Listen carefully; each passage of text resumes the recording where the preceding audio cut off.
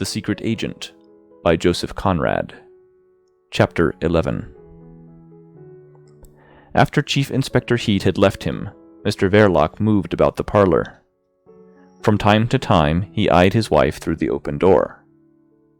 She knows all about it now, he thought to himself, with commiseration for her sorrow, and with some satisfaction as regarded himself. Mr. Verloc's soul, if lacking greatness perhaps, was capable of tender sentiments. The prospect of having to break the news to her had put him into a fever. Chief Inspector Heat had relieved him of the task. That was good as far as it went. It remained for him now to face her grief. Mr. Verloc had never expected to have to face it on account of death, whose catastrophic character cannot be argued away by sophisticated reasoning or persuasive eloquence. Mr. Verloc never meant Stevie to perish with such abrupt violence. He did not mean him to perish at all. Stevie dead was a much greater nuisance than ever he had been when alive. Mr. Verloc had augured a favorable issue to his enterprise, basing himself not on Stevie's intelligence, which sometimes plays queer tricks with a man, but on the blind docility and on the blind devotion of the boy. Though not much of a psychologist, Mr. Verloc had gauged the depth of Stevie's fanaticism. He dared cherish the hope of Stevie walking away from the walls of the observatory, as he had been instructed to do, taking the way shown to him several times previously, and rejoining his brother-in-law, the wise and good Mr. Verloc, outside the precincts of the park. 15 minutes ought to have been enough for the veriest fool to deposit the engine and walk away, and the professor had guaranteed more than 15 minutes. But Stevie had stumbled within 5 minutes of being left to himself, and Mr. Verloc was shaken morally to pieces. He had foreseen everything but that. He had foreseen Stevie distracted and lost, sought for, found in some police station or provincial workhouse in the end. He had foreseen Stevie arrested and was not afraid, because Mr. Verloc had a great opinion of Stevie's loyalty, which had been carefully indoctrinated with the necessity of silence in the course of many walks. Like a peripatetic philosopher, Mr. Verloc, strolling along the streets of London, had modified Stevie's view of the police by conversations full of subtle reasonings. Never had a sage a more attentive and admiring disciple. The submission and worship were so apparent that Mr. Verloc had come to feel something like a liking for the boy. In any case, he had not foreseen the swift bringing home of his connection. That his wife should hit upon the precaution of sewing the boy's address inside his overcoat was the last thing Mr. Verloc would have thought of. One can't think of everything. That was what she meant when she said that he need not worry if he lost Stevie during their walks. She had assured him that the boy would turn up all right. Well, he had turned up with a vengeance.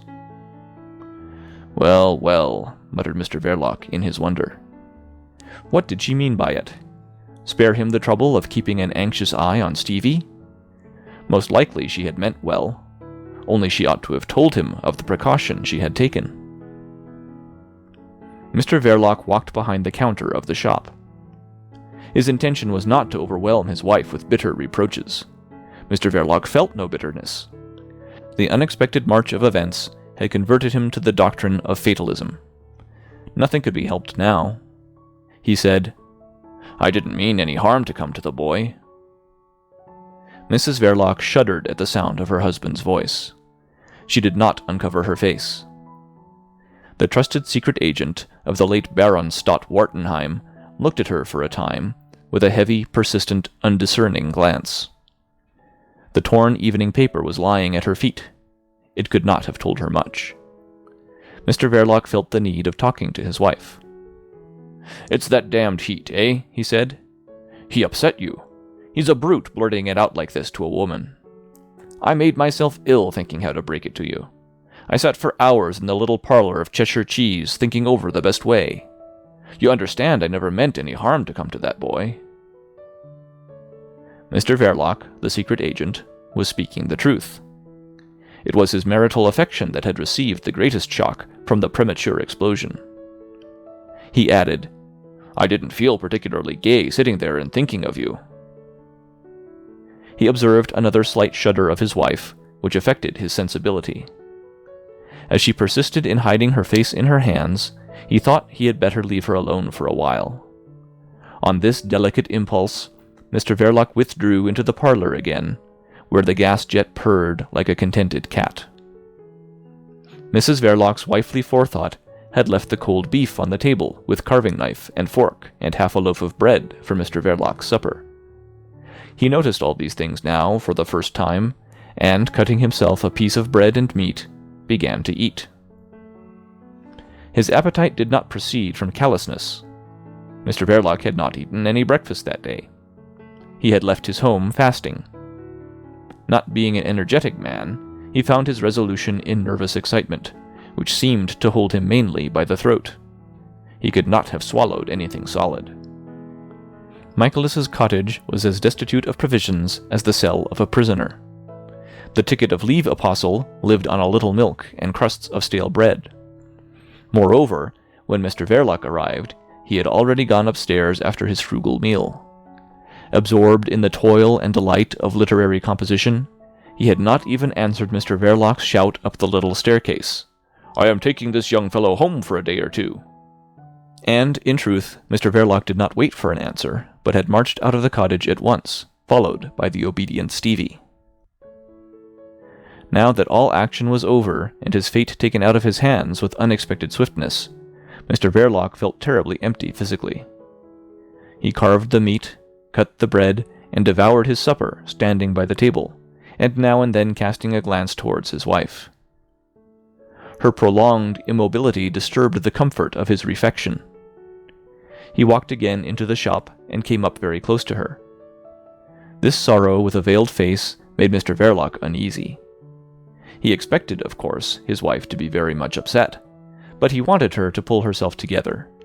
He needed all her assistance and all her loyalty in these new conjunctures his fatalism had already accepted. "Can't be helped," he said, in a tone of gloomy sympathy. "Come, Winnie, we've got to think of tomorrow. You'll want all your wits about you after I am taken away." He paused. Mrs. Verloc's breast heaved convulsively.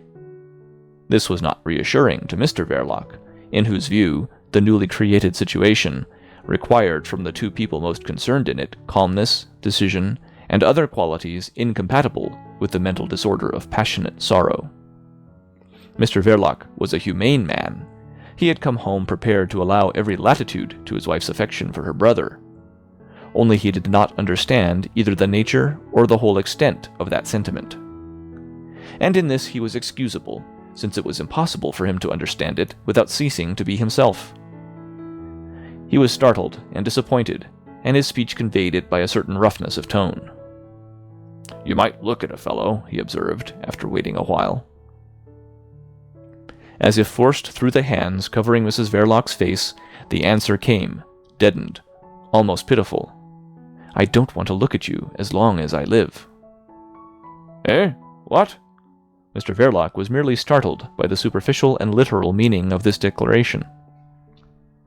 It was obviously unreasonable, the mere cry of exaggerated grief. He threw over it the mantle of his marital indulgence. The mind of Mr. Verloc lacked profundity.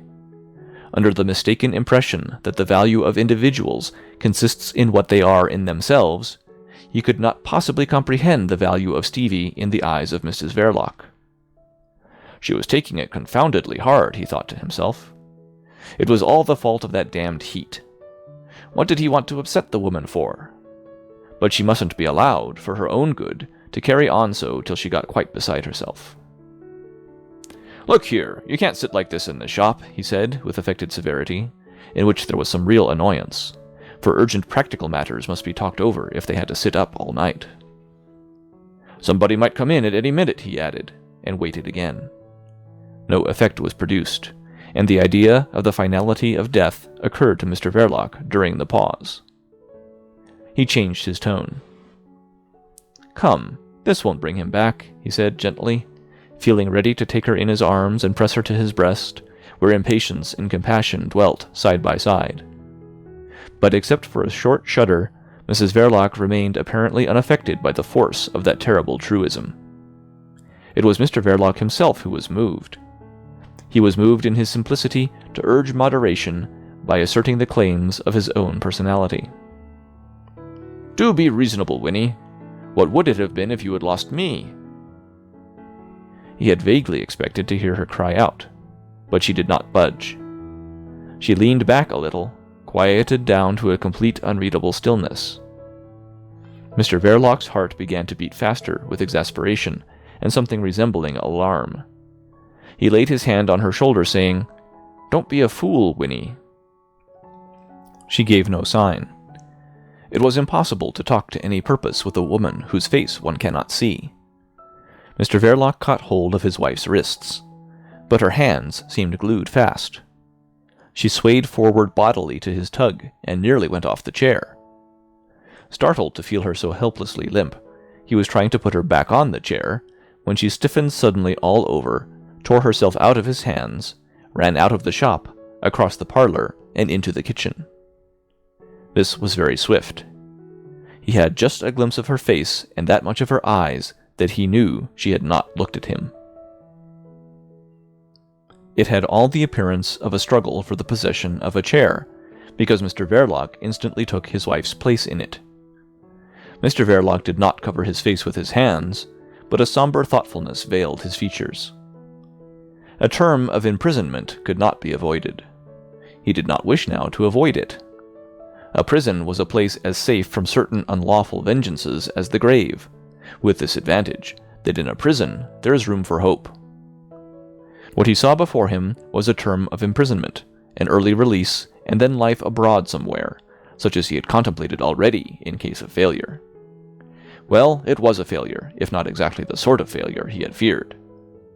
It had been so near success that he could have positively terrified Mr. Vladimir out of his ferocious scoffing with this proof of occult efficiency. So at least it seemed now to Mr. Verloc. His prestige with the embassy would have been immense if his wife had not had the unlucky notion of sewing on the address inside Stevie's overcoat. Mr. Verloc, who was no fool, had soon perceived the extraordinary character of the influence he had over Stevie, though he did not understand exactly its origin, the doctrine of his supreme wisdom and goodness inculcated by two anxious women. In all the eventualities he had foreseen, Mr. Verloc had calculated with correct insight on Stevie's instinctive loyalty and blind discretion. The eventuality he had not foreseen had appalled him as a humane man and a fond husband. From every other point of view, it was rather advantageous. Nothing can equal the everlasting discretion of death. Mr. Verloc, sitting perplexed and frightened in the small parlor of the Cheshire Cheese, could not help acknowledging that to himself, because his sensibility did not stand in the way of his judgment. Stevie's violent disintegration, however disturbing to think about, only assured the success. For, of course, the knocking down of a wall was not the aim of Mr. Vladimir's menaces, but the production of a moral effect. With much trouble and distress on Mr. Verloc's part, the effect might be said to have been produced. When, however, most unexpectedly, it came home to roost in Brett Street, Mr. Verloc, who had been struggling like a man in a nightmare for the preservation of his position, accepted the blow in the spirit of a convinced fatalist. The position was gone through no one's fault, really. A small, tiny fact had done it. It was like slipping on a bit of orange peel in the dark and breaking your leg. Mr. Verloc drew a weary breath. He nourished no resentment against his wife. He thought, "She will have to look after the shop while they keep me locked up." And thinking also how cruelly she would miss Stevie at first, he felt greatly concerned about her health and spirits. How would she stand her solitude, absolutely alone in that house? It would not do for her to break down while he was locked up. What would become of the shop then? The shop was an asset. Though Mr. Verloc's fatalism accepted his undoing as a secret agent, he had no mind to be utterly ruined. Mostly, it must be owned, from regard for his wife. Silent and out of his line of sight in the kitchen, she frightened him. If only she had had her mother with her. But that silly old woman. An angry dismay possessed Mr. Verloc. He must talk with his wife. He could tell her certainly that a man does get desperate under certain circumstances. But he did not go incontinently to impart to her that information. First of all, it was clear to him that this evening was no time for business. He got up to close the street door and put the gas out in the shop. Having thus assured a solitude around his hearthstone, Mr. Verloc walked into the parlour and glanced down into the kitchen. Mrs. Verloc was sitting in the place where poor Stevie usually established himself of an evening, with paper and pencil, for the pastime of drawing these coruscations of innumerable circles suggesting chaos and eternity. Her arms were folded on the table, and her head was lying on her arms. Mr. Verloc contemplated her back and the arrangement of her hair for a time, then walked away from the kitchen door.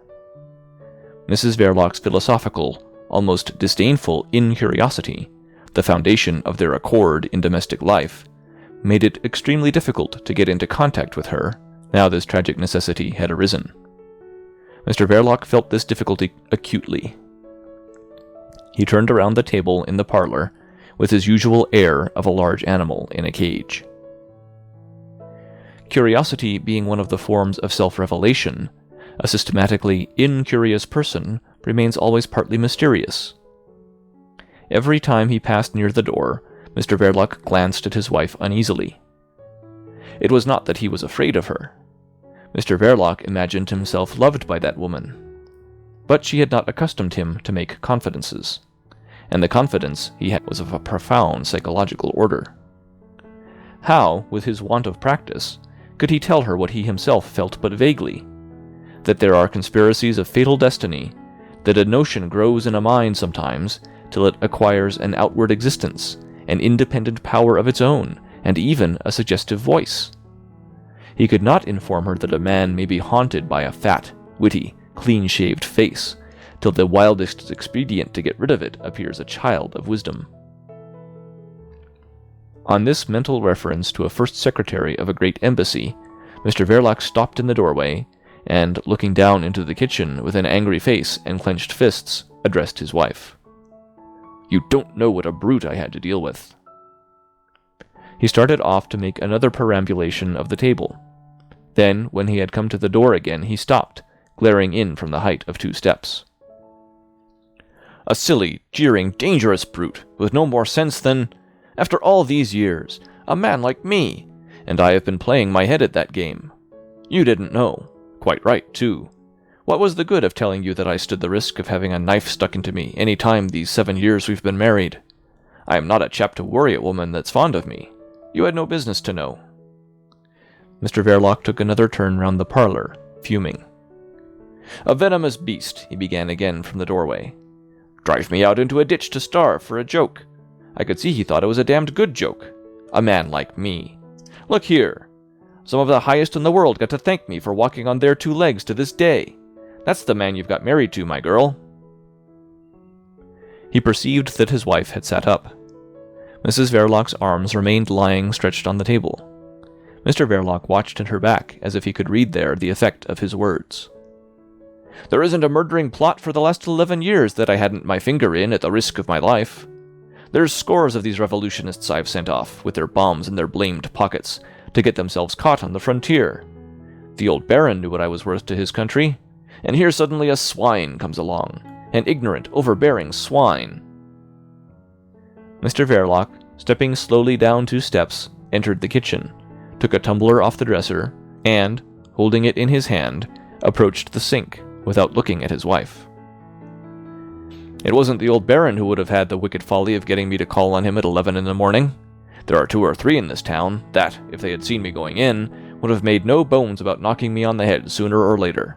It was a silly, murderous trick to expose for nothing a man like me."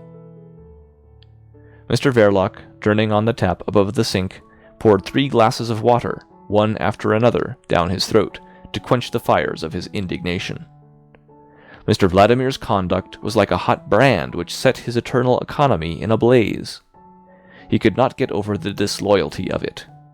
This man, who would not work at the usual hard tasks which society sets to its humbler members, had exercised his secret industry with an indefatigable devotion. There was in Mr. Verloc a fund of loyalty. He had been loyal to his employers, to the cause of social stability, and to his affections too, as became apparent when, after standing the tumbler in the sink, he turned about, saying, "If I hadn't thought of you, I would have taken the bullying brute by the throat and rammed his head into the fireplace. I'd have been more than a match for that pink-faced, smooth-shaved—" Mr. Verloc neglected to finish the sentence, as if there could be no doubt of the terminal word. For the first time in his life, he was taking that incurious woman into his confidence. The singularity of the event, the force and importance of the personal feelings aroused in the course of this confession, drove Stevie's fate clean out of Mr. Verloc's mind. The boy's stuttering existence of fears and indignations, together with the violence of his end, had passed out of Mr. Verloc's mental sight for a time. For that reason, when he looked up, he was startled by the inappropriate character of his wife's stare. It was not a wild stare, and it was not inattentive, but its attention was peculiar and not satisfactory, inasmuch that it seemed concentrated upon some point beyond Mr. Verloc's person. The impression was so strong that Mr. Verloc glanced over his shoulder. There was nothing behind him. There was just the whitewashed wall. The excellent husband of Winnie Verloc saw no writing on the wall. He turned to his wife again, repeating, with some emphasis, "I would have taken him by the throat. As true as I stand here, if I hadn't thought of you then, I would have half-choked the life out of the brute before I let him get up. And don't you think he would have been anxious to call the police, either. He wouldn't have dared. You understand why, don't you?" He blinked at his wife knowingly. "No," said Mrs. Verloc in an unresonant voice, and without looking at him at all. "What are you talking about?" A great discouragement, the result of fatigue, came upon Mr. Verloc. He had had a very full day, and his nerves had been tried to the utmost. After a month of maddening worry, ending in an unexpected catastrophe, the storm-tossed spirit of Mr. Verloc longed for repose. His career as a secret agent had come to an end in a way no one could have foreseen. Only now, perhaps he could manage to get a night's sleep at last. But looking at his wife, he doubted it. She was taking it very hard, not at all like herself, he thought. He made an effort to speak. "You'll have to pull yourself together, my girl," he said, sympathetically. "What's done can't be undone." Mrs. Verloc gave a slight start, though not a muscle of her white face moved in the least. Mr. Verloc, who was not looking at her, continued ponderously. "You go to bed now. What you want is a good cry." This opinion had nothing to recommend it but the general consent of mankind. It is universally understood that, as if it were nothing more substantial than vapor floating in the sky, every emotion of a woman is bound to end in a shower. And it is very probable that, had Stevie died in his bed under her despairing gaze, in her protecting arms, Mrs. Verloc's grief would have found relief in a flood of bitter and pure tears. Mrs. Verloc, in common with other human beings, was provided with a fund of unconscious resignation sufficient to meet the normal manifestation of human destiny. Without troubling her head about it, she was aware that it did not stand looking into very much. But the lamentable circumstances of Stevie's end, which to Mr. Verloc's mind had only an episodic character as part of a greater disaster, dried her tears at their very source. It was the effect of a white-hot iron drawn across her eyes. At the same time her heart, hardened and chilled into a lump of ice, kept her body in an inward shudder, set her features into a frozen contemplative immobility addressed to a whitewashed wall with no writing on it. The exigencies of Mrs. Verloc's temperament, which, when stripped of its philosophical reserve, was maternal and violent, forced her to roll a series of thoughts in her motionless head. These thoughts were rather imagined than expressed. Mrs. Verloc was a woman of singularly few words, either for public or private use. With the rage and dismay of a betrayed woman, she reviewed the tenor of her life in visions concerned mostly with Stevie's difficult existence from its earliest days. It was a life of single purpose and of a noble unity of inspiration, like those rare lives that have left their mark on the thoughts and feelings of mankind. But the visions of Mrs. Verloc lacked nobility and magnificence. She saw herself putting the boy to bed by the light of a single candle on the deserted top floor of a business house, dark under the roof, and scintillating exceedingly with lights and cut glass at the level of the street, like a fairy palace. That meretricious splendor was the only one to be met in Mrs. Verloc's visions. She remembered brushing the boy's hair and tying his pinafores, herself in a pinafore still. The consolations administered to a small and badly scared creature by another creature nearly as small but not quite so badly scared. She had the vision of the blows intercepted, often with her own head, of a door desperately held shut against a man's rage, not for very long, of a poker flung once, not very far, which stilled that particular storm into the dumb and awful silence which follows a thunderclap. And all these scenes of violence came and went, accompanied by the unrefined noise of deep vociferations, proceeding from a man wounded in his paternal pride, declaring himself obviously accursed, since one of his kids was a slobbering idiot, and the other a wicked she-devil. It was of her that this had been said many years ago. Mrs. Verloc heard the words again in a ghostly fashion, and then the dreary shadow of the Belgravian mansion descended upon her shoulders. It was a crushing memory, an exhausting vision of countless breakfast trays carried up and down innumerable stairs, of endless haggling over pence, of the endless drudgery of sweeping, dusting, cleaning from basement to attics, while the impotent mother, staggering on swollen legs, cooked in a grimy kitchen, and poor Stevie, the unconscious presiding genius of all their toil, blacked the gentleman's boots in the scullery. But this vision had a breath of a hot London summer in it, and for a central figure, a young man wearing his Sunday best, with a straw hat on his dark head and a wooden pipe in his mouth. Affectionate and jolly, he was a fascinating companion for a voyage down the sparkling stream of life. Only his boat was very small. There was room in it for a girl partner at the oar, but no accommodation for passengers. He was allowed to drift away from the threshold of the Belgravian mansion, while Winnie averted her tearful eyes. He was not a lodger. The lodger was Mr. Verloc, indolent and keeping late hours, sleepily jocular of a morning from under his bedclothes, but with gleams of infatuation in his heavy-lidded eyes, and always with some money in his pockets. There was no sparkle of any kind on the lazy stream of his life. It flowed through secret places. But his bark seemed a roomy craft, and his taciturn magnanimity accepted as a matter of course the presence of passengers. Mrs. Verloc pursued the visions of 7 years' security for Stevie, loyally paid for on her part, of security growing into confidence, into a domestic feeling, stagnant and deep like a placid pool, whose guarded surface hardly shuddered on the occasional passage of Comrade Ossipon, the robust anarchist with shamelessly inviting eyes, whose glance had a corrupt clearness sufficient to enlighten any woman not absolutely imbecile. A few seconds only had elapsed since the last word had been uttered aloud in the kitchen, and Mrs. Verloc was staring already at the vision of an episode not more than a fortnight old. With eyes whose pupils were extremely dilated, she stared at the vision of her husband and poor Stevie walking up Brett Street side by side away from the shop. It was the last scene of an existence created by Mrs. Verloc's genius, an existence foreign to all grace and charm, without beauty and almost without decency, but admirable in the continuity of feeling and tenacity of purpose. And this last vision has such plastic relief, such nearness of form, such a fidelity of suggestive detail, that it wrung from Mrs. Verloc an anguished and faint murmur, reproducing the supreme illusion of her life, an appalled murmur that died out on her blanched lips. Might have been father and son. Mr. Verloc stopped and raised a careworn face. "Eh, what did you say?" he asked. Receiving no reply, he resumed his sinister tramping.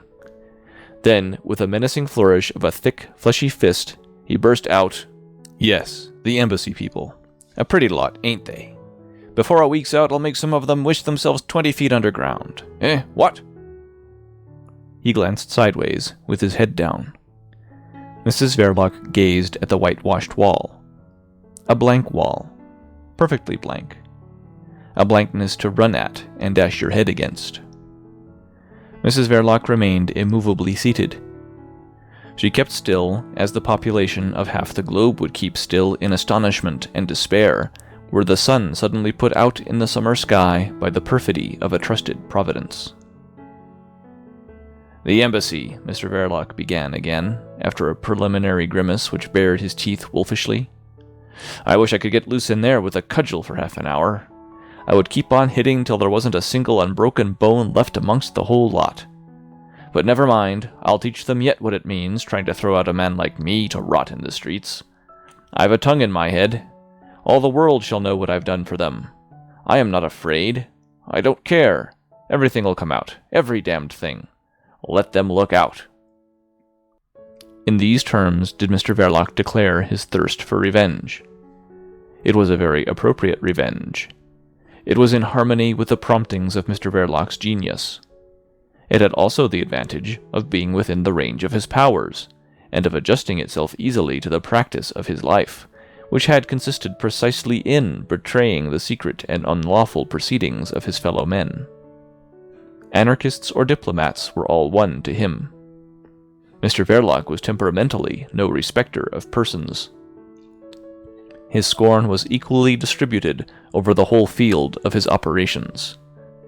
But as a member of a revolutionary proletariat, which he undoubtedly was, he nourished a rather inimical sentiment against social distinction. "Nothing on earth can stop me now," he added, and paused, looking fixedly at his wife, who was looking fixedly at a blank wall.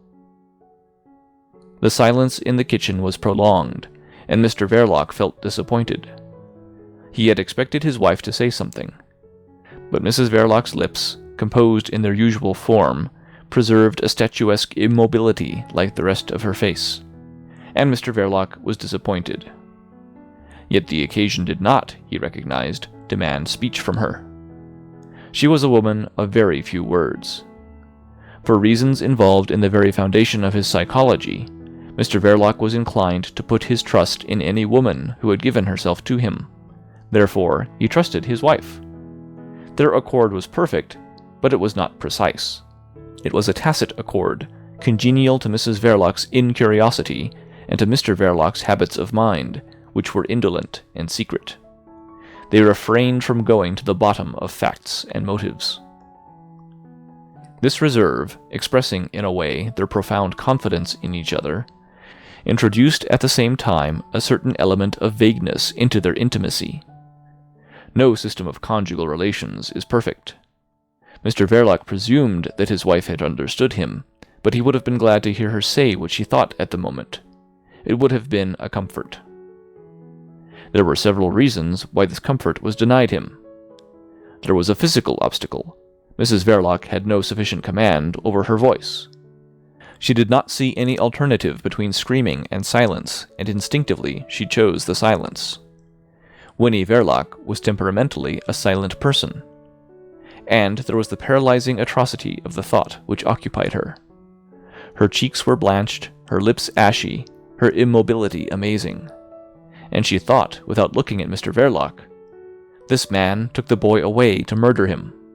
He took the boy away from his home to murder him. He took the boy away from me to murder him."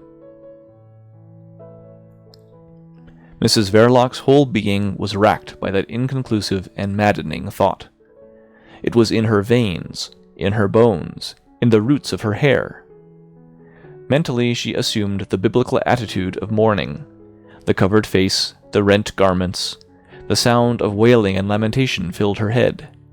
But her teeth were violently clenched, and her tearless eyes were hot with rage, because she was not a submissive creature. The protection she had extended over her brother had been, in its origin, of a fierce and indignant complexion. She had to love him with a militant love. She had battled for him, even against herself. His loss had the bitterness of defeat, with the anguish of a baffled passion. It was not an ordinary stroke of death. Moreover, it was not death that took Stevie from her. It was Mr. Verloc who took him away. She had seen him. She had watched him, without raising a hand, take the boy away. and she had let him go, like a fool, a blind fool. Then, after he had murdered the boy, he came home to her. Just came home, like any other man would come home to his wife. Through her set teeth, Mrs. Verloc muttered at the wall, "And I thought he had caught a cold." Mr. Verloc heard these words and appropriated them. "It was nothing," he said moodily. I was upset. I was upset on your account." Mrs. Verloc, turning her head slowly, transferred her stare from the wall to her husband's person. Mr. Verloc, with the tips of his fingers between his lips, was looking on the ground. "Can't be helped," he mumbled, letting his hand fall. "You must pull yourself together. You'll want all your wits about you. It is you who brought the police about our ears. Never mind, I won't say anything more about it," continued Mr. Verloc magnanimously. "You couldn't know." "I couldn't," breathed out Mrs. Verloc. It was as if a corpse had spoken. Mr. Verloc took up the thread of his discourse. "I don't blame you. I'll make them sit up. Once under lock and key it will be safe enough for me to talk. You understand. You must reckon on me being 2 years away from you," he continued, in a tone of sincere concern. "It will be easier for you than for me. You'll have something to do while I... Look here, Winnie, what you must do is to keep this business going for 2 years. You know enough for that. You've a good head on you. I'll send you word when it's time to go about trying to sell. You'll have to be extra careful. The comrades will be keeping an eye on you all the time. You'll have to be as artful as you know how, and as close as the grave. No one must know what you are going to do. I have no mind to get a knock on the head or a stab in the back directly I am let out." Thus spoke Mr. Verloc, applying his mind with ingenuity and forethought to the problems of the future. His voice was somber because he had a correct sentiment of the situation. Everything which he did not wish to pass had come to pass. The future had become precarious. His judgment, perhaps, had been momentarily obscured by his dread of Mr. Vladimir's truculent folly. A man somewhat over 40 may be excusably thrown into considerable disorder by the prospect of losing his employment, especially if the man is a secret agent of political police, dwelling secure in the consciousness of his high value and in the esteem of high personages. He was excusable. Now the thing had ended in a crash. Mr. Verloc was cool, but he was not cheerful. A secret agent who throws his secrecy to the winds from desire of vengeance and flaunts his achievements before the public eye becomes the mark for desperate and bloodthirsty indignations. Without unduly exaggerating the danger, Mr. Verloc tried to bring it clearly before his wife's mind. He repeated that he had no intention to let the revolutionists do away with him. He looked straight into his wife's eyes. The enlarged pupils of the woman received his stare into their unfathomable depths. "I am too fond of you for that," he said, with a little nervous laugh.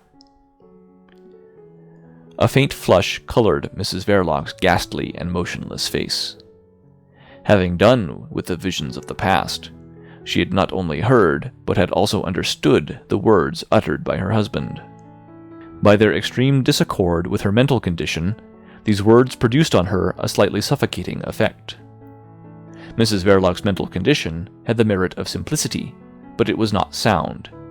It was governed too much by a fixed idea. Every nook and cranny of her brain was filled with the thought that this man, with whom she had lived without distaste for 7 years, had taken the poor boy away from her in order to kill him. The man to whom she had grown accustomed in body and mind, the man whom she had trusted, took the boy away to kill him. In its form, in its substance, in its effect, which was universal, altering even the aspect of inanimate things, it was a thought to sit still and marvel at forever and ever. Mrs. Verloc sat still, and across that thought, not across the kitchen, the form of Mr. Verloc went to and fro, familiarly in hat and overcoat, stamping with his boots upon her brain. He was probably talking, too, but Mrs. Verloc's thought for the most part covered the voice. Now and then, however, the voice would make itself heard. Several connected words emerged at times. Their purport was generally hopeful. On each of these occasions, Mrs. Verloc's dilated pupils, losing their far-off fixity, followed her husband's movements with the effect of black care and impenetrable attention. Well informed upon all matters relating to his secret calling, Mr. Verloc augured well for the success of his plans and combinations. He really believed that it would be upon the whole easy for him to escape the knife of infuriated revolutionists. He had exaggerated the strength of their fury and the length of their arm, for professional purposes, too often to have many illusions one way or the other.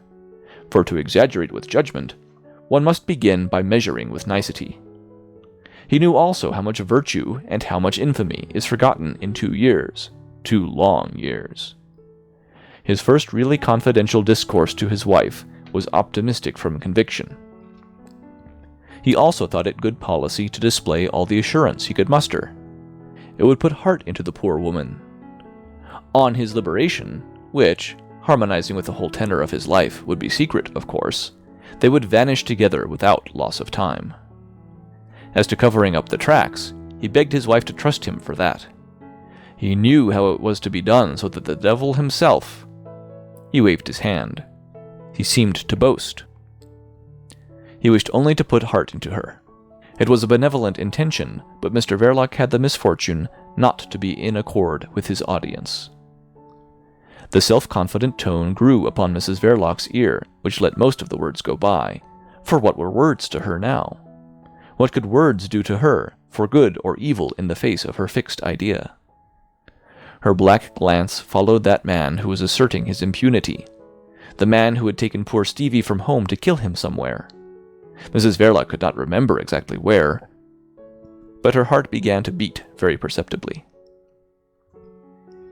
Mr. Verloc, in a soft and conjugal tone, was now expressing his firm belief that there were yet a good few years of quiet life before them both. He did not go into the question of means. A quiet life it must be, and, as it were, nestling in the shade, concealed among men whose flesh is grass, modest like the life of violets. The words used by Mr. Verloc were, "lie low for a bit," and far from England, of course. It was not clear whether Mr. Verloc had in his mind Spain or South America, but at any rate somewhere abroad. This last word, falling into Mrs. Verloc's ear, produced a definite impression. This man was talking of going abroad. The impression was completely disconnected, and such is the force of mental habit that Mrs. Verloc at once and automatically asked herself, "And what of Stevie?" It was a sort of forgetfulness, but instantly she became aware that there was no longer any occasion for anxiety on that score. There would never be any occasion any more. The poor boy had been taken out and killed. The poor boy was dead. This shaking piece of forgetfulness stimulated Mrs. Verloc's intelligence. She began to perceive certain consequences which would have surprised Mr. Verloc.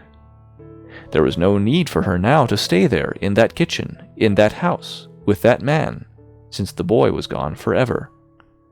No need whatever. And on that, Mrs. Verloc rose as if raised by a spring. But neither could she see what there was to keep her in the world at all. And this inability arrested her. Mr. Verloc watched her with marital solicitude. "You're looking more like yourself," he said uneasily. Something peculiar in the blackness of his wife's eyes disturbed his optimism. At that precise moment, Mrs. Verloc began to look upon herself as released from all earthly ties. She had her freedom. Her contract with existence, as represented by that man standing over there, was at an end. She was a free woman. Had this view become in some way perceptible to Mr. Verloc, he would have been extremely shocked. In his affairs of the heart, Mr. Verloc had always been carelessly generous, yet always with no other idea than that of being loved for himself. Upon this matter, his ethical notions being in agreement with his vanity, he was completely incorrigible. That this should be so in the case of his virtuous and legal connection he was perfectly certain. He had grown older, fatter, heavier, in the belief that he lacked no fascination for being loved for his own sake. When he saw Mrs. Verloc starting to walk out of the kitchen without a word, he was disappointed. "Where are you going to?" he called out rather sharply. "Upstairs." Mrs. Verloc in the doorway turned at the voice. An instinct of prudence, born of fear, the excessive fear of being approached and touched by that man, induced her to nod at him slightly from the height of 2 steps, with a stir of the lips which the conjugal optimism of Mr. Verloc took for a wan and uncertain smile. "That's right," he encouraged her gruffly. "Rest and quiet's what you want. Go on. It won't be long before I am with you." Mrs. Verloc, the free woman who had really no idea where she was going to, obeyed the suggestion with rigid steadiness. Mr. Verloc watched her. She disappeared up the stairs. He was disappointed. There was that within him which would have been more satisfied if she had been moved to throw herself upon his breast. But he was generous and indulgent, when he was always undemonstrative and silent. Neither was Mr. Verloc himself prodigal of endearments and words as a rule. But this was not an ordinary evening. It was an occasion when a man wants to be fortified and strengthened by open proofs of sympathy and affection. Mr. Verloc sighed and put out the gas in the kitchen. Mr. Verloc's sympathy with his wife was genuine and intense. It almost brought tears into his eyes as he stood in the parlor, reflecting on the loneliness hanging over her head. In this mood, Mr. Verloc missed Stevie very much out of a difficult world. He thought mournfully of his end. If only that lad had not stupidly destroyed himself. The sensation of unappeasable hunger, not unknown after the strain of a hazardous enterprise to adventurers of tougher fibre than Mr. Verloc, overcame him again. The piece of roast beef, laid out in the likeness of funereal baked meats for Stevie's obsequies, offered itself largely to his notice, and Mr. Verloc again partook. He partook ravenously, without restraint and decency, cutting thick slices with the sharp carving knife and swallowing them without bread. In the course of that refection, it occurred to Mr. Verloc that he was not hearing his wife move about the bedroom as he should have done. The thought of finding her perhaps sitting on the bed in the dark not only cut Mr. Verloc's appetite, but also took from him the inclination to follow her upstairs just yet. Laying down the carving knife, Mr. Verloc listened with careworn attention. He was comforted by hearing her move at last. She walked suddenly across the room and threw the window up. After a period of stillness up there, during which he figured her to himself with her head out, he heard the sash being lowered slowly. Then she made a few steps and sat down. Every resonance of his house was familiar to Mr. Verloc, who was thoroughly domesticated. When next he heard his wife's footsteps overhead, he knew, as well as if he had seen her doing it, that she had been putting on her walking shoes. Mr. Verloc wriggled his shoulders slightly at this ominous symptom, and moving away from the table, stood with his back to the fireplace, his head on one side, and gnawing perplexedly at the tips of his fingers. He kept track of her movements by the sound. She walked here and there violently, with abrupt stoppages, now before the chest of drawers, then in front of the wardrobe. An immense load of weariness, the harvest of a day of shocks and surprises, weighed Mr. Verloc's energies to the ground. He did not raise his eyes till he heard his wife descending the stairs. It was as he had guessed. She was dressed for going out. Mrs. Verloc was a free woman. She had thrown open the window of the bedroom, either with the intention of screaming, "Murder! Help!" or of throwing herself out. For she did not exactly know what use to make of her freedom.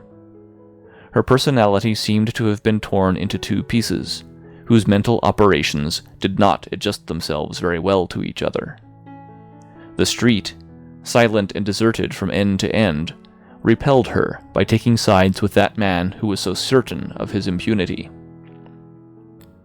She was afraid to shout lest no one should come, Obviously no one would come. Her instinct of self-preservation recoiled from the depth of the fall into that sort of slimy, deep trench. Mrs. Verloc closed the window and dressed herself to go out into the street by another way. She was a free woman. She had dressed herself thoroughly, down to the tying of a black veil over her face. As she appeared before him in the light of the parlor, Mr. Verloc observed that she had even her little handbag hanging from her left wrist. Flying off to her mother, of course. The thought that women were wearisome creatures after all presented itself to his fatigued brain, but he was too generous to harbor it for more than an instant. This man, hurt cruelly in his vanity, remained magnanimous in his conduct, allowing himself no satisfaction of a bitter smile or of a contemptuous gesture. With true greatness of soul, he only glanced at the wooden clock on the wall and said, in a perfectly calm but forcible manner, 25 minutes past 8, Winnie. There's no sense in going over there so late. You will never manage to get back tonight. Before his extended hand, Mrs. Verloc had stopped short. He added heavily, Your mother will be gone to bed before you get there. This is the sort of news that can wait. Nothing was further from Mrs. Verloc's thoughts than going to her mother. She recoiled at the mere idea, and feeling a chair behind her, she obeyed the suggestion of the touch and sat down. Her intention had been simply to get outside the door forever. And if this feeling was correct, its mental form took an unrefined shape corresponding to her origin and station. I would rather walk the streets all the days of my life, she thought. But this creature, whose moral nature had been subjected to a shock of which, in the physical order, the most violent earthquake of history could only be a faint and languid rendering, was at the mercy of mere trifles, of casual contacts.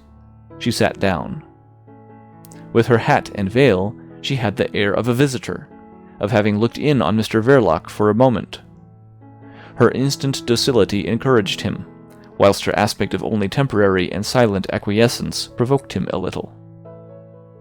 "Let me tell you, Winnie," he said with authority, "that your place is here this evening. Hang it all, you brought the damned police high and low about my ears. I don't blame you, but it's your doing all the same. You'd better take this confounded hat off.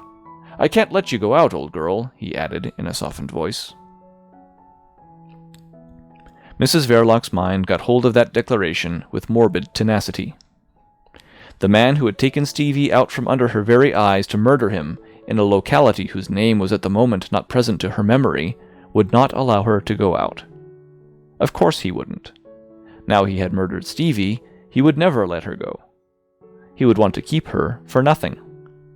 And on this characteristic reasoning, having all the force of insane logic, Mrs. Verloc's disconnected wits went to work practically.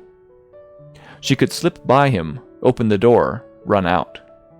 But he would dash out after her, seize her round the body, drag her back into the shop. She could scratch, kick, and bite, and stab too, but for stabbing she wanted a knife. Mrs. Verloc sat still under her black veil, in her own house, like a masked and mysterious visitor of impenetrable intentions. Mr. Verloc's magnanimity was not more than human. She had exasperated him at last. "Can't you say something? You have your own dodges for vexing a man. Oh yes, I know your deaf and dumb trick. I've seen you at it before today, but just now it won't do. And to begin with, take this damned thing off. One can't tell whether one is talking to a dummy or to a live woman." He advanced, and stretching out his hand, dragged the veil off, unmasking a still, unreadable face, against which his nervous exasperation was shattered like a glass bubble flung against a rock. "That's better," he said, to cover his momentary uneasiness, and retreated back to his old station by the mantelpiece. It never entered his head that his wife could give him up. He felt a little ashamed of himself, for he was fond and generous. What could he do? Everything had been said already. He protested vehemently. "By heavens, you know that I hunted high and low. I ran the risk of giving myself away to find somebody for that accursed job. And I tell you again, I couldn't find anyone crazy enough or hungry enough. What do you take me for? A murderer, or what? The boy is gone. Do you think I wanted him to blow himself up? He's gone. His troubles are over. Ours are just going to begin, I tell you, precisely because he did blow himself. I don't blame you, but just try to understand that it was a pure accident, as much an accident as if he had been run over by a bus while crossing the street. His generosity was not infinite because he was a human being, and not a monster, as Mrs. Verloc believed him to be. He paused, and a snarl, lifting his mustaches above a gleam of white teeth, gave him the expression of a reflective beast, not very dangerous. A slow beast, with a sleek head, gloomier than a seal, and with a husky voice. And when it comes to that, it's as much your doing as mine. That's so. You may glare as much as you like. I know what you can do in that way. Strike me dead if I ever would have thought of the lad for that purpose. It was you who kept on shoving him in my way when I was half distracted with the worry of keeping the lot of us out of trouble. What the devil made you? One would think you were doing it on purpose, and I am damned if I know that you didn't. There's no saying how much of what's going on you have got hold of on the sly, with your infernal, don't-care-a-damn way of looking nowhere in particular and saying nothing at all. His husky domestic voice ceased for a while. Mrs. Verloc made no reply. Before that silence, he felt ashamed of what he had said. But, as often happens to peaceful men in domestic tiffs, being ashamed, he pushed another point. You have a devilish way of holding your tongue sometimes, he began again, without raising his voice. Enough to make some men go mad. It's lucky for you that I am not so easily put out as some of them would be by your deaf and dumb sulks. I am fond of you, but don't you go too far. This isn't the time for it. We ought to be thinking of what we've got to do, and I can't let you go out tonight, galloping off to your mother with some crazy tale or other about me. I won't have it. Don't you make any mistake about it. If you will have it that I killed the boy, then you've killed him as much as I. In sincerity of feeling and openness of statement, these words went far beyond anything that had ever been said in this home, kept up on the wages of a secret industry, eked out by the sale of more or less secret wares, the poor expedients devised by a mediocre mankind for preserving an imperfect society from the dangers of moral and physical corruption, both secret too of their kind. They were spoken because Mr. Verloc had felt himself really outraged, but the reticent decencies of this home life, nestling in a shady street behind a shop where the sun never shone, remained apparently undisturbed. Mrs. Verloc heard him out with perfect propriety, and then rose from her chair in her hat and jacket like a visitor at the end of a call. She advanced towards her husband, one arm extended as if for a silent leave-taking. Her net veil, dangling down by one end on the left side of her face, gave an air of disorderly formality to her restrained movements. But when she arrived as far as the hearthrug, Mr. Verloc was no longer standing there. He had moved off in the direction of the sofa, without raising his eyes to watch the effect of his tirade. He was tired, resigned in a truly marital spirit, but he felt hurt in the tender spot of his secret weakness. If she would go on sulking in that dreadful overcharged silence, why then she must. She was a master in that domestic art. Mr. Verloc flung himself heavily upon the sofa, disregarding as usual the fate of his hat, which, as if accustomed to take care of itself, made for a safe shelter under the table. He was tired. The last particle of his nervous force had been expended in the wonders and agonies of this day, full of surprising failures, coming at the end of a harassing month of scheming and insomnia. He was tired. A man isn't made of stone. Hang everything! Mr. Verloc reposed characteristically, clad in his outdoor garments. One side of his open overcoat was lying partly on the ground. Mr. Verloc wallowed on his back. But he longed for a more perfect rest, for sleep, for a few hours of delicious forgetfulness. That would come later. Provisionally, he rested. And he thought, I wish she would give over this damned nonsense. It's exasperating. There must have been something imperfect in Mrs. Verloc's sentiment of regained freedom. Instead of taking the way of the door, she leaned back, with her shoulders against the tablet of the mantelpiece, as a wayfarer rests against a fence. A tinge of wildness in her aspect was derived from the black veil hanging like a rag against her cheek, and from the fixity of her black gaze, where the light of the room was absorbed and lost without the trace of a single gleam. This woman, capable of a bargain the mere suspicion of which would have been infinitely shocking to Mr. Verloc's idea of love, remained irresolute, as if scrupulously aware of something wanting on her part for the formal closing of the transaction. On the sofa, Mr. Verloc wriggled his shoulders into perfect comfort, and from the fullness of his heart emitted a wish which was certainly as pious as anything likely to come from such a source. "I wish to goodness," he growled huskily, "I had never seen Greenwich Park or anything belonging to it." The veiled sound filled the small room with its moderate volume, well adapted to the modest nature of the wish. The waves of air of the proper length, propagated in accordance with correct mathematical formulas, flowed around all the inanimate things in the room, lapped against Mrs. Verloc's head as if it had been a head of stone. And incredible as it may appear, the eyes of Mrs. Verloc seemed to grow still larger. The audible wish of Mr. Verloc's overflowing heart flowed into an empty place in his wife's memory. Greenwich Park. A park. That's where the boy was killed. A park. Smashed branches, torn leaves, gravel, bits of brotherly flesh and bone, all spouting up together in the manner of a firework. She remembered now what she had heard, and she remembered it pictorially. They had to gather him up with the shovel. Trembling all over with irrepressible shudders, she saw before her the very implement with its ghastly load scraped up from the ground. Mrs. Verloc closed her eyes desperately, throwing upon that vision the night of her eyelids, where, after a rain-like fall of mangled limbs, the decapitated head of Stevie lingered suspended alone, and fading out slowly, like the last star of a pyrotechnic display. Mrs. Verloc opened her eyes. Her face was no longer stony.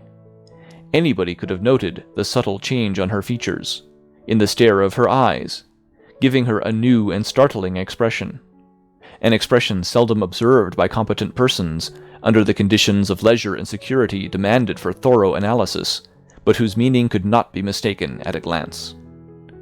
Mrs. Verloc's doubts as to the end of the bargain no longer existed.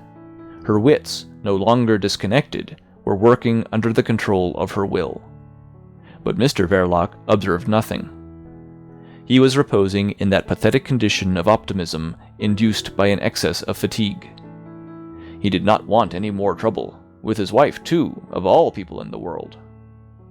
He had been unanswerable in his vindication. He was loved for himself. The present phase of her silence he interpreted favorably. This was the time to make it up with her. The silence had lasted long enough. He broke it by calling to her in an undertone. "Winnie." "Yes," answered obediently Mrs. Verloc, the free woman. She commanded her wits now, her vocal organs. She felt herself to be in an almost preternaturally perfect control of every fiber of her body. It was all her own, because the bargain was at an end. She was clear-sighted. She had become cunning. She chose to answer him so readily for a purpose. She did not wish that man to change his position on the sofa, which was very suitable to the circumstances. She succeeded. The man did not stir. But after answering him, she remained leaning negligently against the mantelpiece in the attitude of a resting wayfarer. She was unhurried. Her brow was smooth. The head and shoulders of Mr. Verloc were hidden from her by the high side of the sofa. She kept her eyes fixed on his feet. She remained thus mysteriously still and suddenly collected, till Mr. Verloc was heard with an accent of marital authority, and moving slightly to make room for her to sit on the edge of the sofa. "Come here," he said, in a peculiar tone, which might have been the tone of brutality, but was intimately known to Mrs. Verloc as the note of wooing. She started forward at once, as if she were still a loyal woman, bound to that man by an unbroken contract. Her right hand skimmed slightly the end of the table, and when she had passed on towards the sofa, the carving knife had vanished without the slightest sound from the side of the dish. Mr. Verloc heard the creaky plank in the floor and was content. He waited. Mrs. Verloc was coming.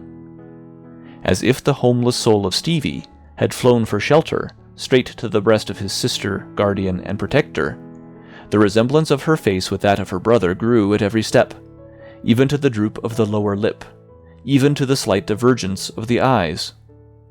But Mr. Verloc did not see that. He was lying on his back and staring upwards. He saw partly on the ceiling and partly on the wall the moving shadow of an arm with a clenched hand holding a carving knife. It flickered up and down. Its movements were leisurely. They were leisurely enough for Mr. Verloc to recognize the limb and the weapon.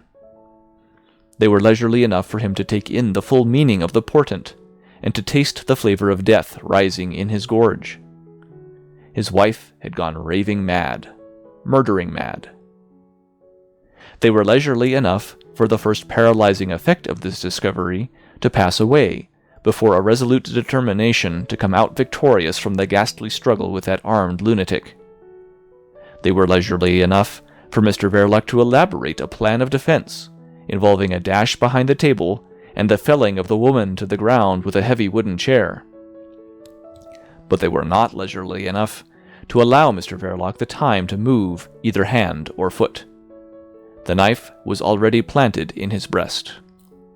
It met no resistance on its way. Hazard has such accuracies.